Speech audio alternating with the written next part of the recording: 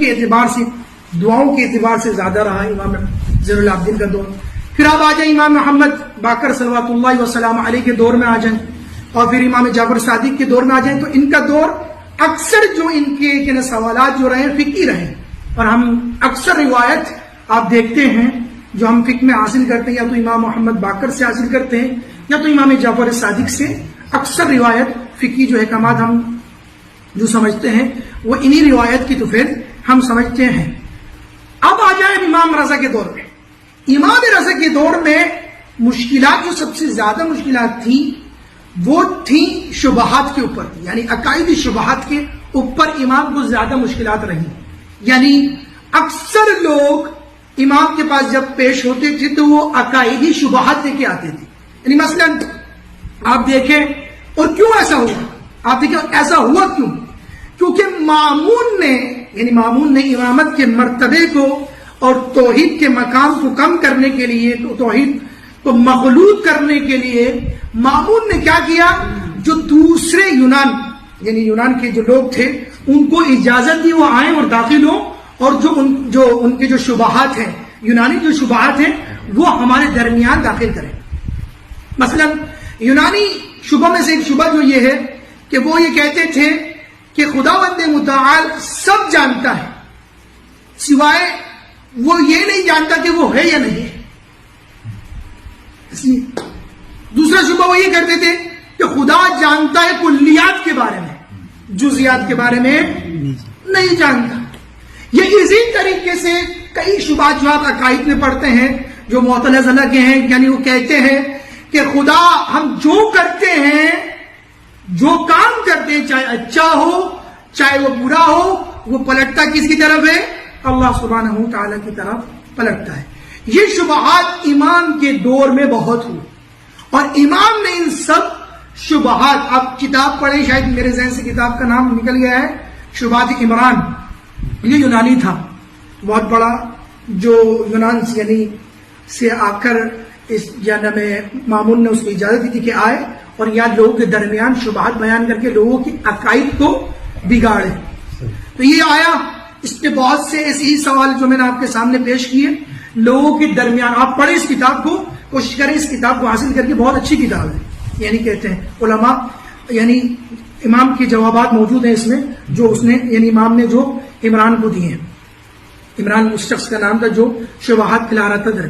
بعد میں یہی شخص جب امام نے اس کو جواب دیے تو یہی شخص امام کا دفاع کرنے میں یعنی سب سے آگے تھا. یعنی یہ ان شبہات سے نکل کر صحیح حقیقی توحید کو ماننے لگا. پھر بعد میں امام کا یہی دفاع کر رہا تھا، اور اس وقت مامون کے دور میں تمام شبہات جو یونانی کی شبہات جو تھے، یہی سب سے زیادہ دفاع کرنے والے، یعنی امام کے چاہنے والوں میں سب سے زیادہ دفاع کرنے والوں میں سے یہی شخص تھا. سبحان اللہ.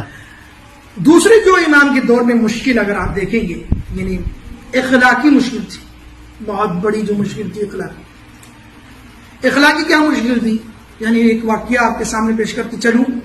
جب بھی امام دسترخوان بچھاتے تھے تو دسترخوان جب بچھاتے تھے تو امام اپنے غلاموں کو، اپنے خادموں کو ساتھ بٹھا کے دسترخوان بچھاتے تھے. اب جو امام کے چاہنے والے جو امراء یعنی امیر ترین لوگوں سے جو تعلق رکھتے تھے، وہ امام سے یہ کہتے تھے کہ یہ جو غربا ہیں، جو مساکین ہیں، اور یہ جو لوگ ہیں جو آپ کے خدام ہیں، ان کا دسترخوان ہم الگ بچھائیے اور ہمارا دسترخوان آپ الگ بچھائیے، آپ ہمارے ساتھ آئیے اور کھانا تناول فرمائیے. یہ آج کے دور میں بھی ہے، میرے اور آپ کے درمیان موجود ہے. یہ کوئی ایسی بات نہیں ہے جو مجھ سے اور آپ سے چھپی ہوئی، ایسا ہے؟ ایسا بالکل بھی نہیں ہے. آپ ہمارے علماء کے درمیان بھی ہے دیتی ہیں، ہمارے دل جو ہیں رونے لگتے ہیں. یہ ہم امام سے یہ حاصل کرنے کے بعد بھی ہم ان چیزوں کے درمیان تفریق کرتے ہیں. تو یہ وجہ تھی. اخلاقی پہلو کے اوپر بھی یہ حال تھا اس وقت امام کے دور میں کہ لوگ تفریق کیا کرتے تھے غریب اور مساکین میں اور امیروں میں، کہ مساکین کا دسترخوان الگ ہو اور امیروں کا دسترخوان الگ ہو. آپ دیکھیں امام کی تربیت کیسی تھی. آپ یہ بس ایک روایت بہت اچھی ہے، آپ سنیے گا. امام کا چاہنے والا صفوان بن یحییٰ، ان کے ساتھ 2 اور شخص تھے جو یہ ساتھ رہتے تھے اور ساتھ امام کی خدمت اور امام کی فضیلت اور مراتب کو بیان کرتے تھے لوگوں کے درمیان. انہوں نے ایک اتحاد کیا, ان کے درمیان ایک اتحاد ہوا. اتحاد کیا ہوا کہ دیکھو ہم میں سے کوئی بھی پہلے مر جائے, ہم میں تینوں میں سے کوئی بھی پہلے مرے گا تو دوسرا شخص اس کی تمام عبادتیں انجام دے گا. ایسی ہی آگا ہمارے درمیان تو کچھ اور باتیں ہوتی ہیں, کچھ اور اتحاد ہوتے ہیں. ہمارا اتحاد تو مال سے نکلتا ہی نہیں ہے. اتحاد بھی وہاں ہوگا جہاں مال ہوگا. یہاں کا سب ایسی ہے, اتحاد ہمارا وہی ہوتا ہے جب مال ہوتا ہے. مال کے بغیر ہم اتحاد کر ہی نہیں سکتے. یہ بات طے ہے. معاشرے کے اندر بھی یہی ہے, ہمارے اندر بھی یہی چیزیں پائی جاتی ہیں. تو ان کا اتحاد ہوا, جو پہلے مرے گا صحیح ہے, وہ بعد والے شخص یعنی جو موجود ہوں گے وہ اس شخص کی نیابت میں تمام واجبات بھی انجام دے گا اور تمام مستحبات بھی انجام دے گا.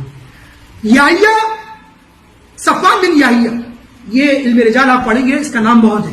صفوان ابن یحییٰ یہ بچ گیا اور یہ دو شخص مر گئے. یہ دونوں شخص دوست اس کے مر گئے.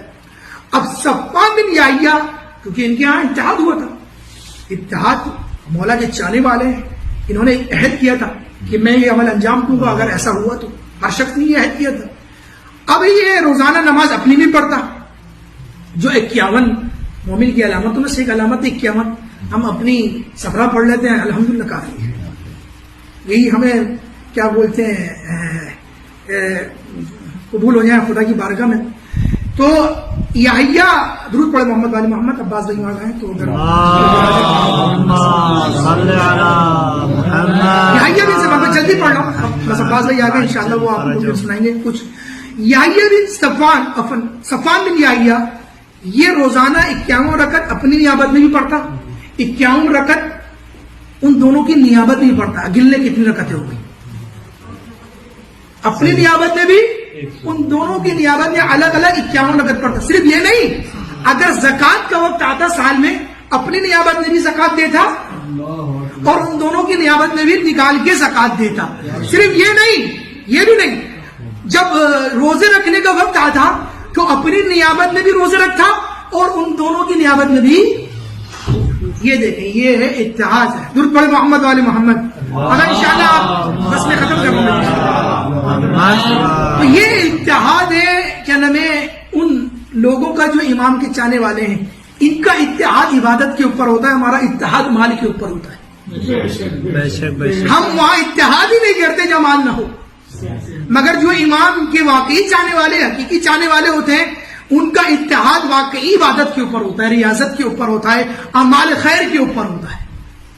آخری مناقشہ جو امام کی خدمت میں پیش ہوا, مناقشے امام کی خدمت میں بہت پیش ہوئے توحید کے.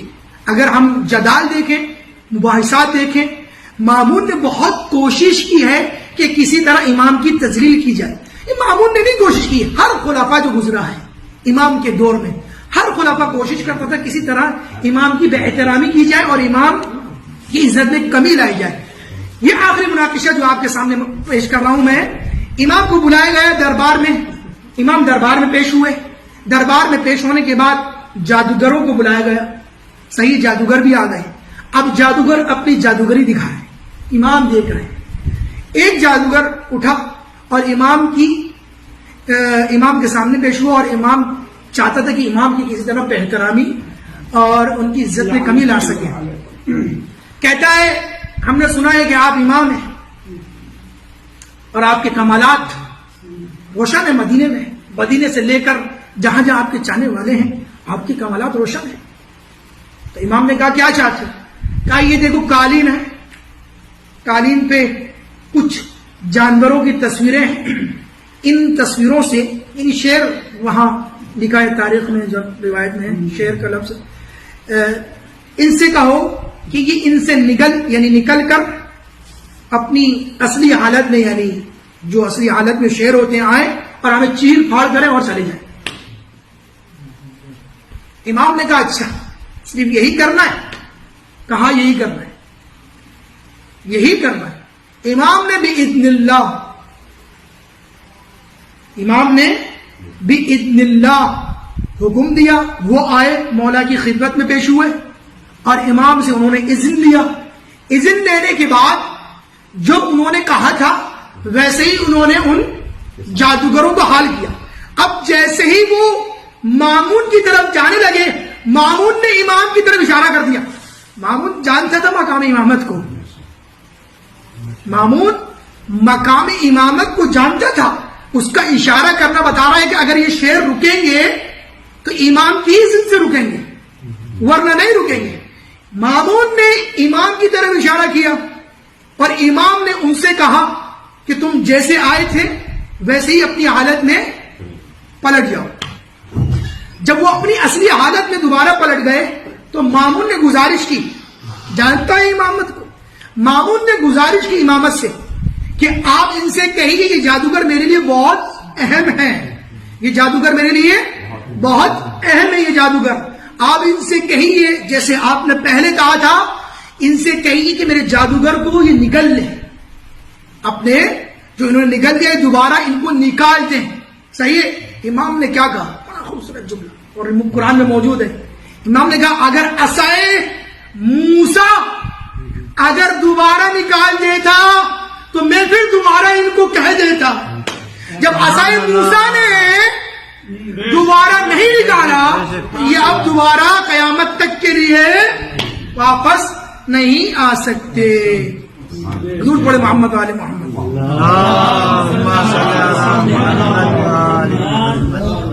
سبحان اللہ سبحان اللہ سبحان اللہ. دعا گوئیں خداوند متعال ہماری